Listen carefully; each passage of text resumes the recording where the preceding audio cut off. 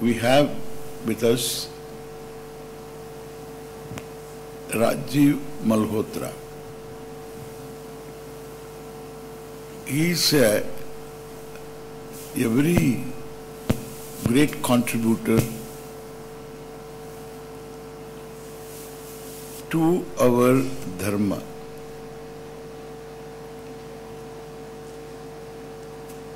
He had come up with a few books, all concerning the dangers to our dharma and how to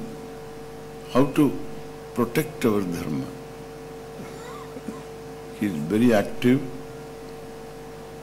and he himself will he will give a presentation to us about the books. These 3 books he has got, he will tell you. He will do it in Hindi. He is very, very good in Hindi as well as in English. He will do it in Hindi, I suppose. Om Tat Sat. Rajiv Malhotra ji वैसे तो भारत के ही हैं, लेकिन 40 साल से America में हैं। वैसे फिजिसिस्ट हैं और काफ़ी अच्छी करियर के बाद उन्होंने अपने पैसे से एक फाउंडेशन बनाया है, इन्फिनिटी फाउंडेशन, और पूर्णकालीन कार्यकर्ता के रूप में धर्म और संस्कृति की रक्षा में लगे हुए हैं। हमारे धर्म में कई बार जब विदेश में जाते तो एक चीज़ देखने आती है, एकेडमिक लिंक इज मिसिंग। थोड़ा विदेश में और यूनिवर्सिटीज़ में एकेडमिक ऑथेंटिसिटी हमारी नहीं होती, वो हमारी भावना को, हमारे शास्त्र को नहीं समझते। Rajiv is basically an academician sort of. उन्होंने 20 वॉल्यूम का प्रोजेक्ट लिया है शुरू करने के लिए, history of Indian science and technology. Bharat का जो गौरव क्या था, किस प्रकार से ब्रिटिशरों ने वगैरह ने डिस्ट्रॉय किया, और करीबन 250 प्रोजेक्ट चला रहे हैं। अमेरिका में ही स्थायी हैं और अभी यही काम कर रहे हैं, जा जाके लोगों को इंस्पायर करते हैं, प्रवचन देते हैं। उन्होंने 2 किताब जो काफ़ी पॉपुलर बनी है, ब्रेकिंग इंडिया एंड दूसरी है बीइंग डिफरेंट। उसी के बारे में राजीव जी हमें संक्षेप में बताए, और उसके बाद आपके कोई प्रश्न हो तो वो भी उनसे लाइक झुनझुनवाला की तरह हम कर सकते हैं। Over to Rajiv. हाँ, नमस्कार सब महात्माओं को, स्वामी जी को, स्वामिनी को हम धन्यवाद कहते हैं कि हमको आपने अपना समय दिया कि हम अपनी रिसर्च के बारे में और पुस्तक के बारे में कुछ कह सकें। सबसे पहले तो ये पॉइंट हम कहना चाहते हैं, कई लोगों के मन में है कि जो भी समस्याएं हमारी हैं, जिनके बारे में विचार हुआ, वो तो सब लोकल समस्याएं हैं, किसी स्टेट में है, किसी भारत में है, कोई स्टेट में है। लेकिन ये आदमी जो अमेरिका में बैठा है और अमेरिका में बैठ के रिसर्च कर रहा है और अमेरिका में बैठ के ये जो विचार कर रहा है, तो इससे हमें क्या फ़ायदा? ये आपको क्वेश्चन होगा या होना तो चाहिए, ज़रूर होना चाहिए कि इसकी क्या सिग्निफिकेंस है, वाई इज़ दिस रेलेवेंट, ये क्यों इम्पोर्टेंट है हमारे लिए, हमारी समस्या तो लोकल है। तो ये प्रश्न कई बार आता है। तो पहले तो मैं ये पॉइंट का जवाब देना चाहता हूँ कि आजकल कुरुक्षेत्र एक हरियाणा में शहर नहीं है, सारा संसार कुरुक्षेत्र है। और जो बीमारी एक जगह शुरू होती है वो सब जगह पहुंच जाती है। जो आईपैड एक जगह शुरू होता है, जो मोबाइल एक जगह शुरू होता है, वो सब जगह पहुंच जाता है। जो विचार एक जगह शुरू होता है वो सब जगह पहुंच जाता है। जो धर्म और अधर्म की बात शुरू होती है वो सब जगह में फैल जाती है।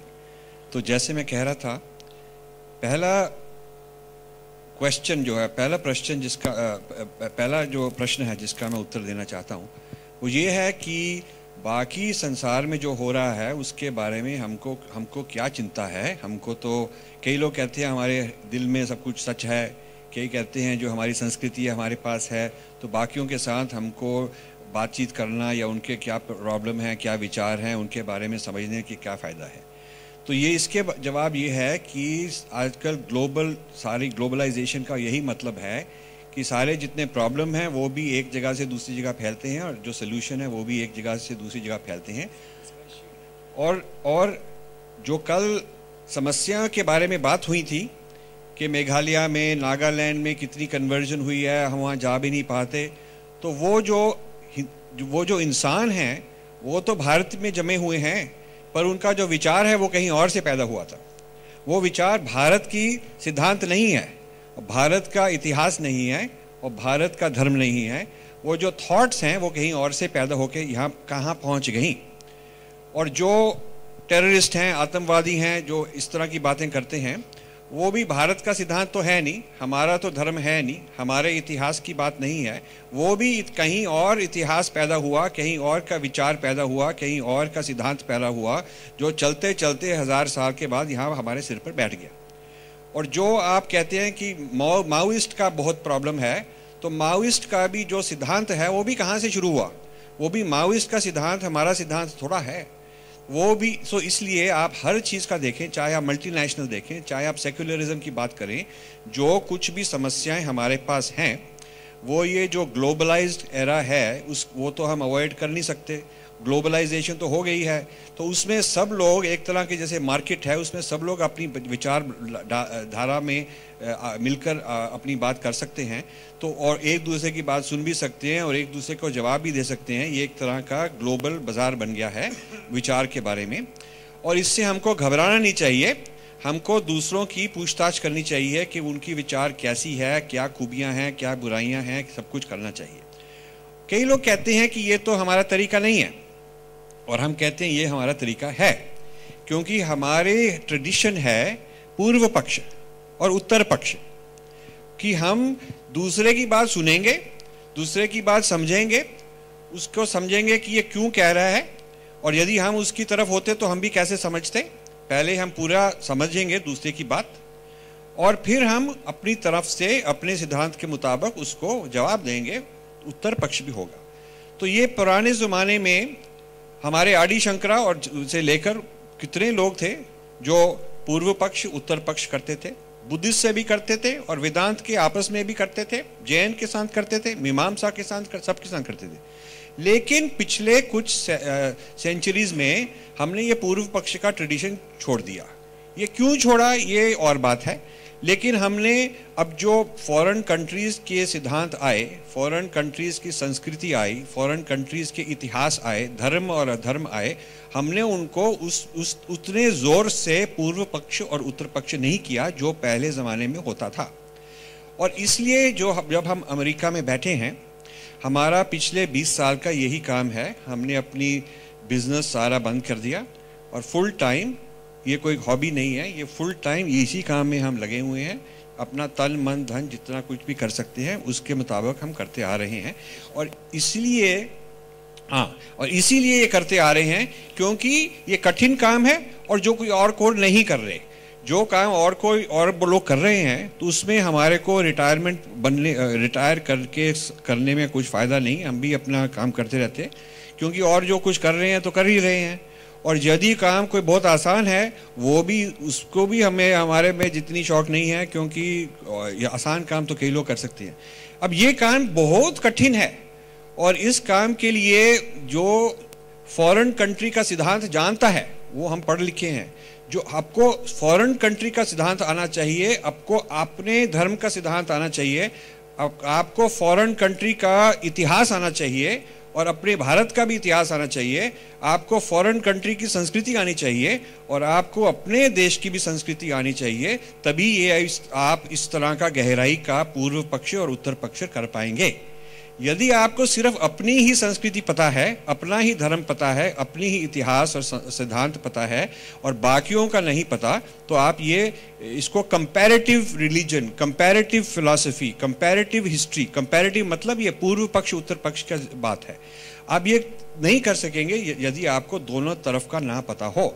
तो हमने ये सोचा कि अब हमने रिटायरमेंट लेनी है, हम 44 के थे, कुछ ऐसा ही काम करना है जो अनेक हो, इतना आसान ना हो, तो हमने सोचा कि हमने, क्योंकि 20 साल की उम्र से और 44 साल की उम्र हम यूएसए में रहे, तो इसका मतलब हमारी आधी लाइफ इंडिया में हुई और आधी लाइफ हमारी वहाँ हुई, तो हम यही काम कर सकते हैं जो जिसके लिए दोनों को ज़रूरत है।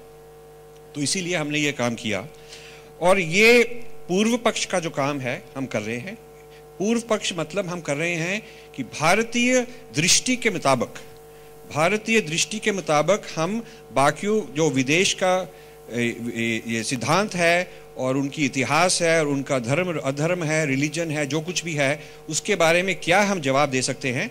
और इसका फ़ायदा ये है, इम्पोर्टेंस ये है कि ये जो वेस्टर्न थिंकिंग है ये इंडिया के मीडिया और इंडिया के इंटेलेक्चुअल्स के अंदर आ गई है।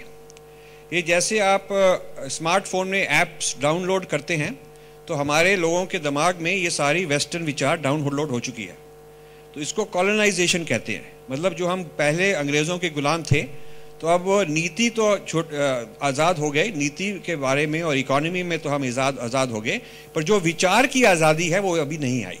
विचार की आज़ादी इसलिए नहीं आई क्योंकि हमारे जो वेस्टर्न एजुकेटेड लोग हैं वो हमारा देश चला रहे हैं। वो IAS ऑफिसर्स हैं, वो मीडिया में हैं, वो इंटेलेक्चुअल्स हैं, वो पुस्तकें लिखते हैं, वो कॉलेज प्रोफेसर्स हैं। अब देखिए, कई बार हमारा जब ये बहस होती है और जब हम वेस्टर्न थॉट को जवाब देते हैं तो हमारे जो अपोनेंट्स होते हैं, कई उसमें से ज़्यादातर हिंदुस्तानी लोग होते हैं जिनको शर्म आती है कि ये देखो कैसी बात कर रहा है, हम तो बहुत एडवांस बन रहे हैं, विकास से, सेक्युलरिज्म से आगे जा रहे हैं और ये हमारा ही आदमी है, ये कैसे अपनी ट्रेडिशन के बारे में कैसे बोल रहा है। तो जिस तरह से हम वेस्टर्न एजुकेशन के बाद और अमेरिका में जाके सक्सेसफुल होने के बाद जिस तरह से हम बात करते हैं, तो कई हमारे भारतीय लोगों को ही शर्म आती है। ये बात आपको पता होनी चाहिए। अब देखिए, जो हमारे संत महात्मा हैं और कई ग्लोब में ट्रैवल करते हैं, वर्ल्ड में ट्रैवल करते हैं, तो उनको ज़रूरत है और उनको इंटरेस्ट भी है कि हमको सारी वर्ल्ड की जो थिंकिंग है उसके बारे में पता हो। लेकिन किस तरह से वो पता करा सकते हैं? मीडिया तो रिलायबल नहीं है, बिकॉज मीडिया भी वेस्टर्नाइज्ड है, हमारे इंटेलेक्चुअल भी रिलायबल नहीं है, और जो उनके पास अपने डिवोटीज और डिसाइपल्स हैं वो भी वेस्टर्नाइज्ड ही हैं, वो भी बहुत ही वेस्टर्नाइज्ड ही हैं। उन्होंने भी ये पूर्व पक्ष की खोज नहीं की, क्योंकि ये पूर्व पक्ष की खोज बहुत साल लगते हैं, 10-20 साल लगते हैं। आप पढ़ते जाएं, उनका भी सिद्धांत, अपना भी सिद्धांत, उनके साथ बहस करें, उनका जो जवाब है उसका भी आप जवाब दें। ये डिबेट चलती रहती है, ये कोई छोटी मोटी बात नहीं है। तो आप यदि किसी और के बातचीत से नहीं ये प्राप्त कर सकते तो खुद ही करना पड़ता है। तो ये हमने कंक्लूड किया, 20 साल हुए कि हम ही काम ये खुद ही करेंगे। और जैसे स्वामी परमात्मा जी ने कहा, हमने 250 प्रोजेक्ट शुरू किए, उनमें से कई प्रोजेक्ट यही थे कि हम किसी को ग्रांट देकर या किसी स्कॉलर को उससे काम करवाएंगे, पर ये हमको नतीजा निकला कि ये काम खुद ही करना पड़ेगा, ये हमारा ही स्वधर्म है। क्योंकि इस काम के काबिल एक इंसान को क्षत्रिय भी होनी चाहिए, क्षत्रियता होनी चाहिए, करेज होनी चाहिए कि डरना नहीं चाहिए, और बहस करने की आदत भी होनी चाहिए, और टाइम भी सारा 100% इसी में बिताना चाहिए। कई हमारे गुरु और संत जो हैं, हमको ये अफसोस है कि कईयों ने तो जब हमारी कल्चर में और विदेशी कल्चर में अंतर होता है और वो अंतर को एक्सप्लेन करना होता है कि आप में ये आपका ये वर्ड है संस्कृत का, ये इसका क्या मतलब है, या आपका ये रिचुअल है, या ये सिंबल है, या ये इतिहास है, इसका क्या गहरा मीनिंग है। तो जब वो नहीं समझा सकते तो आसान तरीके से निकलने का तरीका ये बनाते हैं कि वो सब कुछ सेम ही है। यदि हम और आप सेम हैं तो फिर आप इसका मतलब हम छूट गए, हमको समझाना नहीं पड़ा। समझो आप बोलें, कोई मुझे पूछे कि देवता और गॉड में क्या फ़र्क है, तो हमारी जो पुस्तक है उसमें बहुत बड़ा चैप्टर लिखा है कि देवता को गॉड ट्रांसलेट नहीं कर सकते, देवता में और गॉड में क्या क्या अंतर है ये हम नहीं ट्रांसलेट कर सकते। और जो आत्मा है उसको सोल नहीं कह सकते। बड़े लोग फैशन बन गया है सोल कहने का, लेकिन जिस संस्कृति में, जिस इतिहास में और जिस सिद्धांत में सोल आया, जहाँ से आया, आपको आपको ये मालूम होना चाहिए कि उसका क्या मतलब है। वो सोल तो एक तो जानवरों में नहीं है, हमारी आत्मा तो जानवरों में भी है, सोल जानवरों में नहीं है, सिर्फ मनुष्य में है। और सोल कभी गॉड से जुड़ी नहीं है, गॉड अलग है, सोल हमेशा ही अलग है, वो बिल्कुल सिस्टम ऐसा है। और सोल जो है उसका ना पिछला जन्म ना अगला जन्म, तो जो रीइंकार्नेशन जो हमारा सिस्टम है वो सोल का नहीं है। तो सोल का मतलब ही और है, वो ठीक वर्ड है, उस पर उसका भी अपना सिद्धांत है, ये बुरी बात हम नहीं कह रहे। यदि हम कह रहे हैं कि हमारे में और उनमें क्या अंतर है, इसका मतलब ये नहीं कि हम सब ठीक हैं और वो सब गलत हैं, हम सिर्फ यही कह रहे हैं कि सेम नहीं है। जैसे हमको कोई बोले कि डोसा खाएं या पराठा खाएं, हम ये नहीं कहते कि दोनों सेम हैं।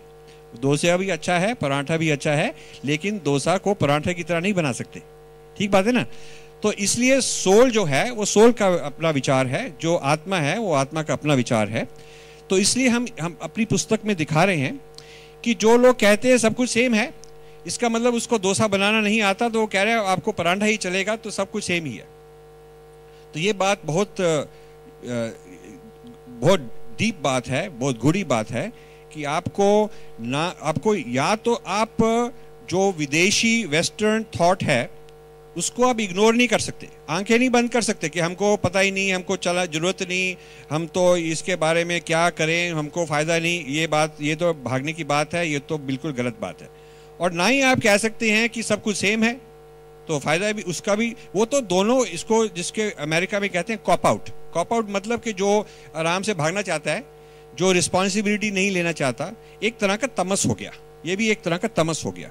क्योंकि आपको सीखना चाहिए, पढ़ना चाहिए, विचार करना चाहिए, बहस करनी चाहिए, ताकि आपको पता चले कि ये डिफरेंस क्या है, हमारी संस्कृति में और विदेशी संस्कृति में क्या डिफरेंस है। इसके बारे में जो हमारी लेटेस्ट बुक है उसका नाम है बीइंग डिफरेंट, नाम ही ये है। मतलब हमारे जो डिफरेंस है, हमारे में जो अनेकता है, हम किस तरीके से अलग हैं, उसके बारे में आपको पता होना चाहिए। ये नहीं कि हम सुपीरियर हैं, हम सब चीज़ में आगे बढ़े हैं, वो उनसे हमको कुछ सीख नहीं सकते, पर ये लेकिन कई चीज़ें हमारे में ऐसी हैं जो हम नहीं दे सकते। जैसे सुबह बताया गया कि गंगा का पानी और जो मशीन में प्रोसेस करके पानी है उसमें क्या अंतर है, ये आपको पता होना चाहिए। इसी बारे में हमने कई पुस्तकें लिखी हैं। और ये भी हमको काफ़ी दुख होता है कि हमारी जो संस्कृति में अलग चीज़ें हैं, बहुत डिफरेंट चीज़ें हैं, जिनके बारे में बहुत पावर है, उनको कई कल्चर्स में डाइजेस्ट किया जा रहा है। डाइजेस्ट मैं आपको समझाता हूँ क्या है। डाइजेस्ट है जैसे एक शेर है, वो एक किसी बकरे को खाकर डाइजेस्ट कर लेता है, मतलब वो खा लेता है और उसके अंदर सारा जो उसके अंदर फ़ायदा था, जो कुछ भी उसके अंदर न्यूट्रिशन था, डीएनए था जो बकरे का, वो सब तोड़ फोड़ के वो शेर का बन जाता है। और जो शेर को काम की चीज़ नहीं है वो छोड़ के फेंक देता है। तो डाइजेस्ट का मतलब ये हुआ कि जिस चीज़ को आपने किसी ने खा लिया और डाइजेस्ट कर लिया तो वो गायब होगी, वो डिसअपियर होगी, वो नष्ट हो गई, उसका कोई नहीं रहा। अब क्रिश्चियनिटी ने पेगन रिलीजन को डाइजेस्ट कर लिया था। पेगन रिलीजन जो यूरोप में पहले था, क्रिश्चियनिटी के पहले, वो उसी से ही क्रिसमस ट्री निकला, उसी से ही मदर और सन का जो पिक्चर आती है वो पेगन रिलीजन की है। और जो ईस्टर त्यौहार है वो पेगन रिलीजन का ही है, वो क्रिश्चियनिटी का नहीं है। तो उन्होंने कई चीज़ों को पेगन रिलीजन से डाइजेस्ट करके जो खूबियाँ थी, जो फ़ायदेमंद थी, वो डाइजेस्ट तो कर ली, और पेगन जो आप थे उनको ख़त्म कर दिया।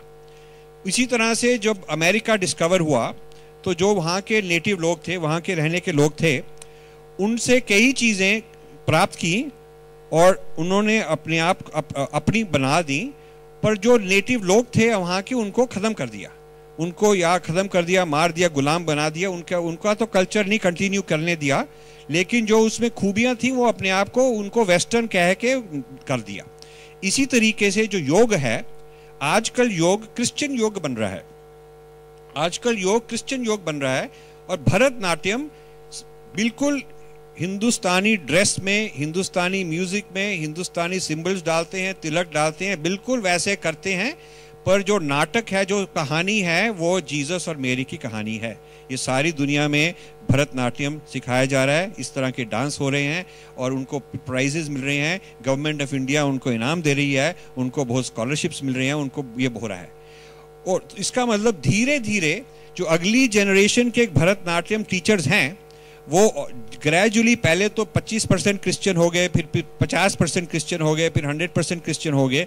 वो आज से अगली 1-2 जनरेशन में भरतनाट्यम जो होगा वो सिर्फ क्रिश्चियनिटी का अंग हो जाएगा। और इसी तरह से योग में भी, अब जहाँ पर हम रहते हैं 30 साल पहले जितने भी योग आश्रम थे अमेरिका में जहाँ पर हम रहते हैं, हम ये सारे रिसर्च करते रहते हैं, हम घूमते रहते हैं, पूछताछ करते रहते हैं, तो सारों में मंत्र होता था, हाँ संस्कृत का मंत्र होता था और हर एक योग टीचर कहता था कि मैं अयंगर का स्टूडेंट हूँ, मैं स्वामी शिवानंद का स्टूडेंट हूँ, ऐसे सबके स्टूडेंट्स थे। हाँ तो फिर वो तो स्थिति थी 25-30 साल पहले। फिर 15 साल पहले उसको वो जो हिंदुस्तानी संस्कृति की बैकग्राउंड थी, इतिहास था, वो ग्रेजुअली उन्होंने निकाल दिया। उन्होंने जैसे सेक्युलर योगा निकाल दिया कि ये सिर्फ आपकी सेहत के लिए अच्छा है, ठीक है, वो भी हम चाहते हैं ठीक रहे, तो उन्होंने वो सब कुछ निकाल दिया। अब पिछले 5-10 साल में एक बहुत बड़ी योजना चली है जिसको कहते हैं क्रिश्चियन योगा। क्रिश्चियन योगा, उसका नाम भी क्रिश्चियन योगा है। तो अब आसना कर रहे हैं तो ऊपर सेंट पीटर की पिक्चर लगी है और इसको कहते हैं क्राइस्ट सेंटर ऐसे। हाँ, और सूर्य नमस्कार की ट्रांसलेशन है, हमारी तो ट्रांसलेशन होगी सन वर्शिपर, सन SUN होता है सूर्य, तो वो कह रहे हैं SON, सन मतलब son of God which is Jesus. तो worship to the son of God, हाँ सन वर्शिप। तो सूर्य नमस्कार मतलब आप सन की वर्शिप कर रहे हो, पर सन उनको मतलब कि जीसस की वर्शिप कर रहे हो, सन of God, SON sun of God. तो सारे जितने भी हमारे योग आसना हैं, मंत्र हैं, उन्होंने हड़प करके डाइजेस्ट करके उसका और ही मतलब निकाल दिया।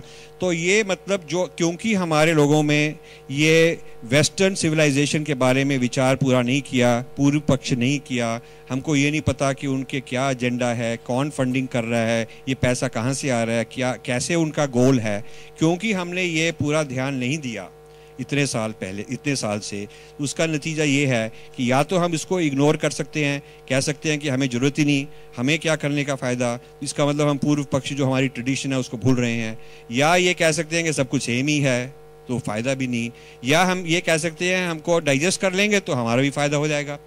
अब हमारे पास कई लोग ऐसे आते हैं जो कहते हैं कि हमको डाइजेस्ट कर लेंगे तो हमारा तो बहुत फ़ायदा है, हमारा फ़ायदा ये है कि वो ले लेंगे और वो और फैलाएंगे।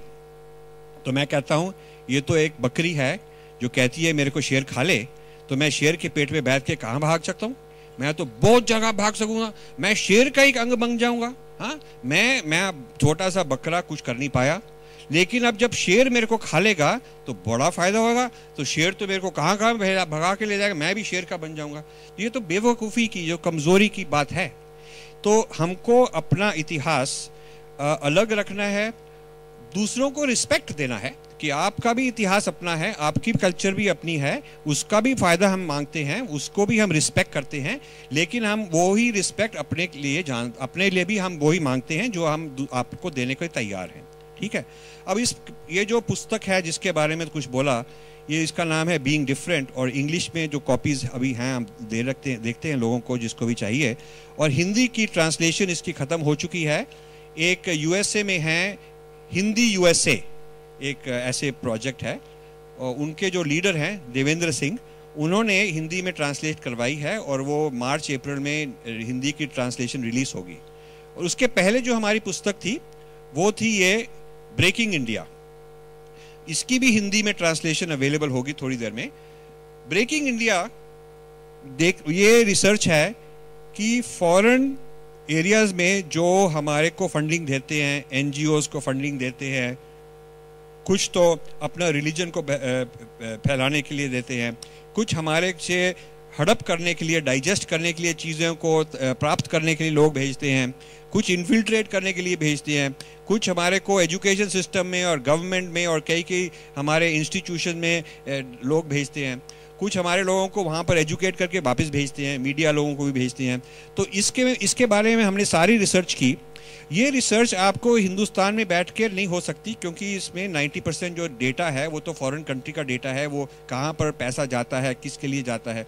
तो ये रिसर्च करने के लिए हमने यूएसए में एक लॉ है जिसके मुताबिक हम जो भी एनजीओ, अमेरिकन एनजीओ है जो फॉरेन कंट्री में पैसा भेज रहा है, उसके बारे में हम डेटा प्राप्त कर सकते हैं, गवर्नमेंट से ऑफिशियली मांग सकते हैं और वो दे देते हैं। और जो ऑर्गेनाइजेशन है उनको चिट्ठी लिखे, वो भी अपना जो टैक्स रिटर्न में उन्होंने पैसा कहाँ कहाँ भेजा वो हमको बता देते हैं। तो हमने सारे जो मेजर ऑर्गेनाइजेशंस हैं जो इंडिया में काम कर रही हैं उनका सारा डेटा प्राप्त किया। कई लेफ्टिस्ट ऑर्गेनाइजेशंस हैं, कई चर्च ऑर्गेनाइजेशंस हैं, कई गवर्नमेंट, कोई CIA की है, कोई काय की है, उन सबका हमने डेटा प्राप्त कर लिया। और फिर सारा डेटा हमने स्कैन किया कि ये लोग कहाँ पर क्या योजना चला रहे हैं। फिर जो इंडिया में उनकी योजना चल रही हैं उसके बारे में हमने खोज करने के लिए यहाँ पर भी लोगों को उनसे सहायता मांगी, कई साल लगे। और फिर उसके बाद हमारा ये किताब तैयार हुई जिसमें हमने ये बताया है कि कहाँ से पैसा जो आता है, वहाँ पर तो कुछ बोलते हैं और यहाँ पर आकर कुछ और ही बन जाता है। क्योंकि वहाँ पर उन्होंने टैक्स रिटर्न में और पब्लिक को एक कहानी बताई कि हम जाके वहाँ पानी लाएंगे और उनको ये विकास करेंगे, ऐसे करेंगे, और यहाँ जो आते हैं वो कन्वर्जन में पैसा लग जाता है और कुछ और कामों में पैसा लग जाता है। सो ये हमने पुस्तक निकाली कि ये जो नेक्सस है, नेक्सस मतलब नाभि, जो ये फॉरेन लोगों की और इंडिया में जो भी लोग हैं जिनको बहुत शौक है गवर्नमेंट के मतलब भारत के अगेंस्ट, भारत संस्कृति के अगेंस्ट जो शौक है, उन लोगों में मिलकर ये क्या योजनाएं बनी हैं, इनकी नाभि कहाँ है, इनकी थिंकिंग कहाँ है, इनका एजेंडा कहाँ है, इनका पैसा कहाँ से आता है, इसके बारे में ये ब्रेकिंग इंडिया की ये बहुत 600 पेज की पुस्तक है जिसका हिंदी में अभी ट्रांसलेशन होगा। और इस पुस्तक में हमने लोगों के नाम भी दिए हैं, अमेरिकन जो अभी अलाइव हैं, जो बहुत पावरफुल गवर्नमेंट में हैं, प्रोफेसर्स हैं, हिस्टोरियंस हैं, इंडिया के भी कई लोग हैं जो माइनॉरिटी कमीशन में भी रह चुके हैं, इन लोगों का भी हमने नाम दिया।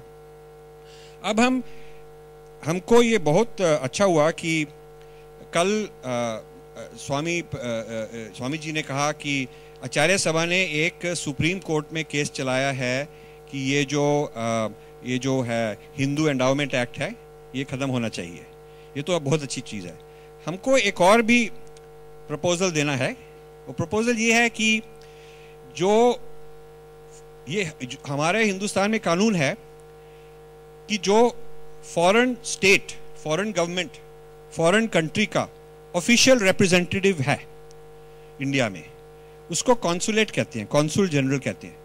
जो अमेरिकन का कॉन्सुल जनरल है, ऑस्ट्रेलिया का कॉन्सुल जनरल है, ये सब जगह कंट्रीज़ का, रशियन कॉन्सुल जनरल है।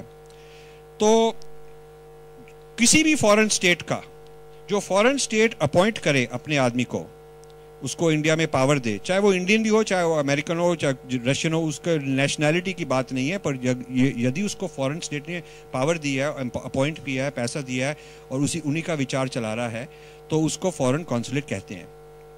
तो इसके मुताबिक जो वेटिकन है वो एक फॉरेन स्टेट है, it is member of United Nations. Vatican का अपनी स्टेट है, अपनी गवर्नमेंट है, यूनाइटेड नेशंस का मेंबर है और इंडिया के साथ डिप्लोमेटिक रिलेशंस हैं। इसका मतलब कानून के मुताबिक वो फॉरेन स्टेट हमने मानी है। इंडियन गवर्नमेंट ने वेटिकन को फॉरेन स्टेट माना है।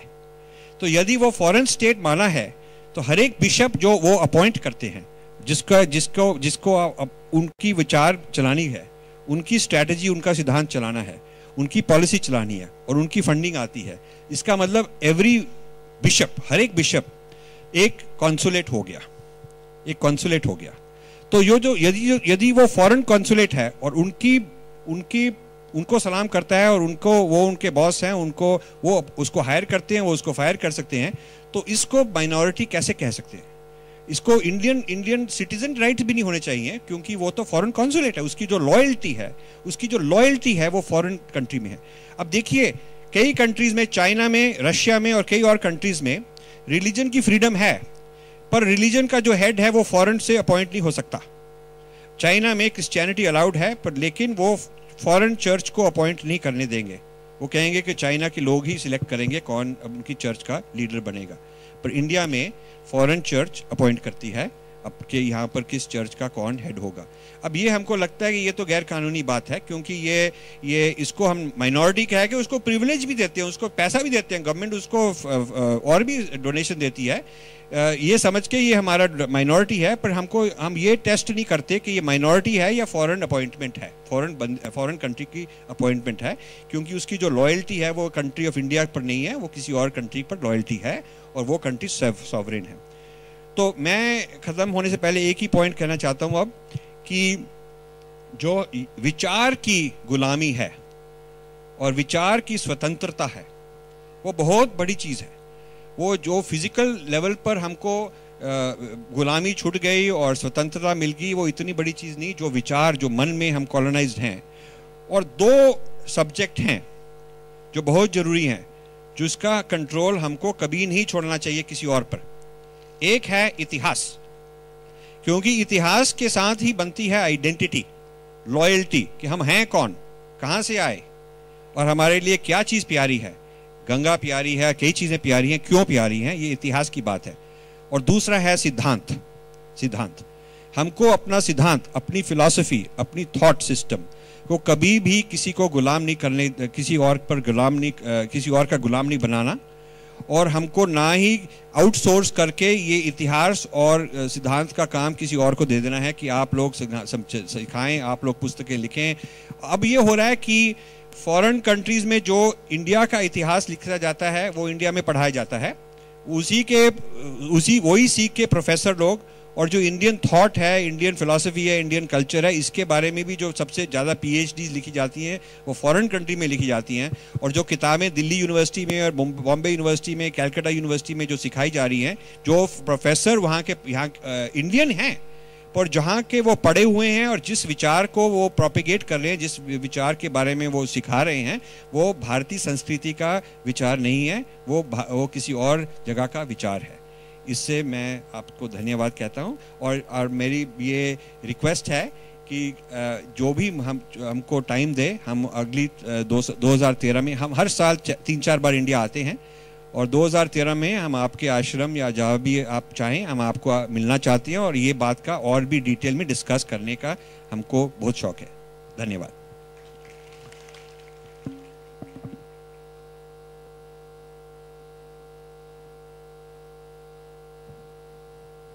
इस विषय में आप कोई प्रश्न पूछना चाहे तो आप इनसे पूछ सकते हैं, राजीव जी से।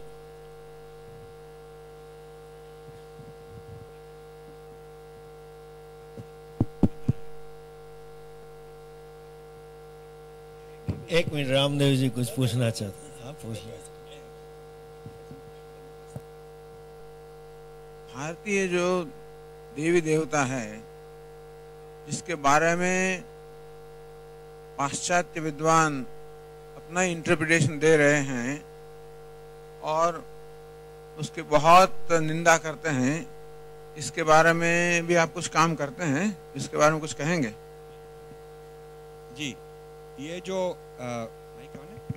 हाँ, ये जो देवता है और गॉड है, इसमें अंतर ये है कि जो गॉड है, एक तो एब्राहमिक रिलीजन जो हैं, जुडाइज्म, क्रिश्चियनिटी, इस्लाम, गॉड दुनिया से अलग है, दुनिया में नहीं है। दुनिया में आप कहें कि गंगा भी डिवाइन है, गंगा भी सेक्रेड है, तो इसको आइडल वर्शिप कहते हैं। आइडल वर्शिप का मतलब ही ये है कि आपने डिवाइन को ये समझा, पुस्तक समझा, मूर्ति समझा, किसी वस्तु में समझा, तो वो उनका फर्स्ट, वो जो उनके 10 कमांडमेंट्स में है उसके अगेंस्ट है, जो तीनों वो रिलीजन मानते हैं। तो एक तो देवता बिकॉज देवता यहाँ भी प्रेजेंट हैं, देवता मूर्ति में है, हम यज्ञ करते हैं तो देवता है, देवता गंगा भी है।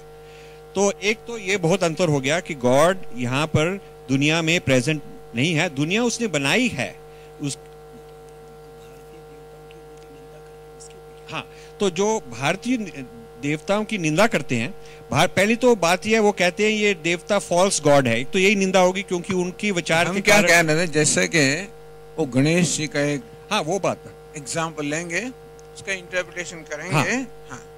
हाँ, अच्छा, वो वाली निंदा जो लेवल है उसके बारे में हमने ये पुस्तक निकाली, इन्वेडिंग द सेक्रेड। इसी से ये सारी बात फैली, इसी से सारी बात फैली कि क्या क्या भारतीय देवताओं की, गणेश की, सरस्वती की, दुर्गा की, काली की, कृष्णा की, शिवा की, हर एक के बारे में बहुत उन्होंने नेगेटिव, मतलब बहुत गंदी गंदी बातें बोली हैं, और गुरुओं के बारे में बोली हैं, संप्रदाय के बारे में बोली हैं, और इनको फॉल्स कहा है। बिल्कुल फॉल्स तो एक ही बात होती है, पर बहुत वल्गर तरीके से, बहुत ऑब्सीन तरीके से उन्होंने ऐसे की है। और जब हमने ये समझा, हमको समझ आई कि क्या बोल रहे हैं, तो उसके बारे में हमने विचार करना शुरू किया, लेक्चर करने शुरू किए लोगों को, ताकि अवेयरनेस आई।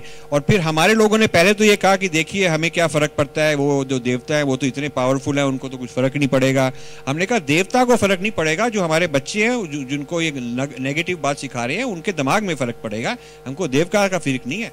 ये नहीं कि वो धर्म को टॉपल कर देंगे, पर लोगों में धर्म नहीं रहेगा, वो और एक बात है। तो हम फिर उसके 10 साल हमने काफ़ी बहस की, और इससे हमारी काफ़ी बदनामी हुई, क्योंकि हमने बहुत टॉप स्कॉलर्स थे, यूनिवर्सिटी के बहुत पावरफुल लोग थे, उन्हीं के स्थान में जाकर, उनकी कॉन्फ्रेंस में जाकर, उनकी मीटिंग में जाकर ये क्वेश्चन रेज किए, और हमने उनको कहा कि आपकी इंटरप्रिटेशन गलत है, क्यों गलत है। और उन्होंने पहले तो अपने आप जवाब दिया, वो नहीं चला, तो फिर उन्होंने जो इंडियन स्टूडेंट्स थे और जो इंडियन प्रोफेसर्स थे उनसे बरूद चलवाया हमारे अगेंस्ट, कि अब इंडियंस को लगाएंगे इस इंडियन के पीछे तो फिर ज़्यादा आसान होएगा। और हमारे देश में बहुत लोग हैं जो बिक रहे हैं, बिक चुके हैं, बिकना चाहते हैं। कई लोग तो ऐसे ही हैं जो घूमते फिरते हैं कि हमारे को खरीद लो। हाँ, तो ये इसलिए जो निंदा हुई, क्रिटिसिज्म हुआ हमारे देवताओं के बारे में, इसके पीछे बहुत फंडिंग है, इसके पीछे बहुत ऑर्गेनाइजेशन है। तो 10 साल बहस करने के बाद फिर हमने ये पुस्तक निकाली। अब ये उसका स्थिति ये है कि निंदा कम हो गई है थोड़ी सी। ये नहीं कि अंदर से, दिल से उनका मन बदल गया है, पर वो बोलने में थोड़ा घबराते हैं, क्योंकि कई लोग हो गए हैं हमारी तरफ जो जवाब देंगे। देवता की जो अगेंस्ट बातें करी जा रही थी, इंसल्ट किया जा रहा था, हमारे जो रिचुअल्स हैं उनके बारे में जो बोला जा रहा था, गुरुओं के बारे में मजाक उड़ा रहा था, उसकी ये स्थिति है। तो हमारे को बिल्कुल इसके लिए अवेयर होना है, और इसको हमेशा फाइट करने के लिए हमको अपने लोग चाहिए। 1-2 आदमियों से काम नहीं चलेगा, हमको ऐसे बहुत सारे लोग चाहिए।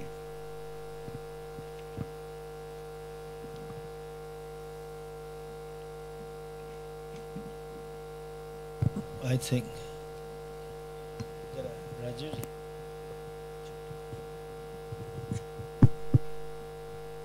आपने विचार की गुलामी के बारे में बोला, तो ज्यादातर जो वेस्टर्न एजुकेटेड लोग हैं वो ये मानते हैं कि उनका रिसर्च और वेस्टर्न रिसर्च और जो विचार है ज्यादा महत्व के अच्छे होते हैं, और इंडियन वैसे कल्चर और इंडियन जो प्रगति इंडिया में जो हुई है साइंस और अन्य क्षेत्र में, उसमें कोई विशेष बात नहीं है।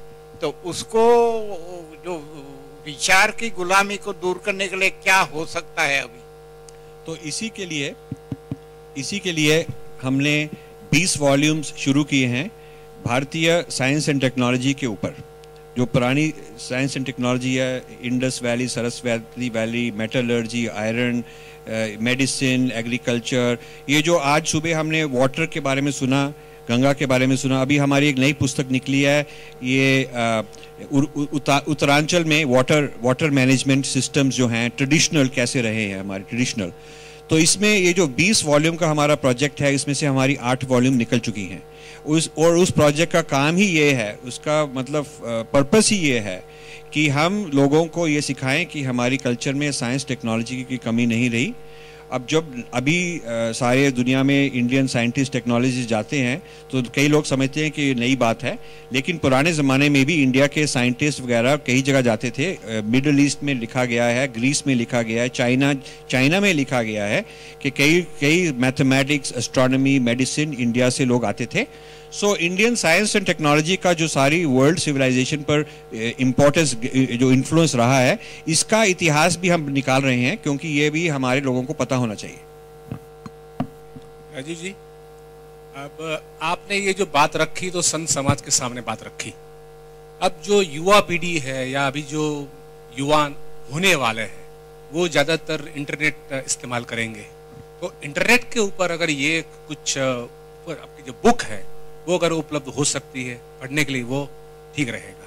हाँ, तो इसके लिए मैं कहना चाहता हूँ कि इंटरनेट पर हमारे कम से कम 200 लेक्चर और क्वेश्चन आंसर सेशंस के यूट्यूब पर हमने रखे हैं।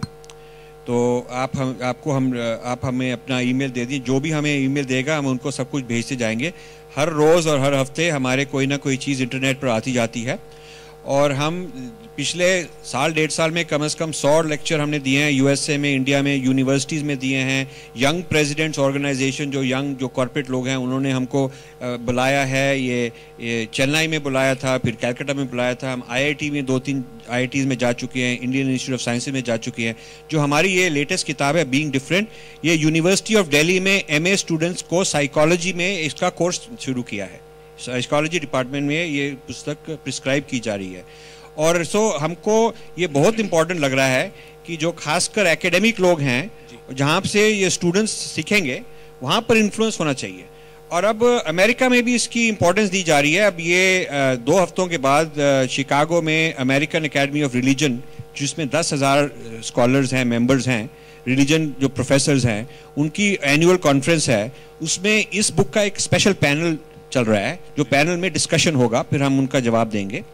और एक जर्नल निकल रहा है, इंटरनेशनल जर्नल, जो वाशिंगटन से निकलता है, उसका एक स्पेशल एडिशन दिसंबर में निकल रहा है, जिसमें 6 लोगों ने इस बुक के ऊपर आर्टिकल लिखा है और हम उसका जवाब दे रहे हैं। मतलब इस बुक के बारे में जो बहस है वो शुरू हो गई है। तो इसी तरह से हम और भी पुस्तकें निकाल रहे हैं, और हम इंग्लिश में निकालते हैं, और हमारे पास साथी हैं जो हिंदी में ट्रांसलेट कर रहे हैं, और इन पुस्तकों का गुजराती में, मराठी में, तमिल, कन्नड़ में भी ट्रांसलेशन हो रही है। तो इसलिए हम चाहते हैं कि ज़्यादा से ज़्यादा तरीक़ों से ये यंग जनरेशन को फैले, और सिर्फ महात्मा लोगों के लिए नहीं, बट हमारे जो कॉर्पोरेट लोग हैं और जो हमारे एजुकेशन सिस्टम के लोग हैं और जो इंग्लिश में बहुत लगे हुए हैं और इंटरनेट में लगे हुए हैं, उनको भी हम हमारा बहुत इम्पोर्टेंट ये काम है कि उनको भी हम इन्फ्लुएंस कर सकें। वेबसाइट तो होगी आपकी, ये आप हमें ईमेल दे दीजिए, हम आपको सब भेज देंगे। There is a group for discussion group in Rajiv's group. You may please pass on the emails to them and they will put you in the group. Every day you will keep getting the mails. Hello. He is a gentleman. You please, you can give it to him.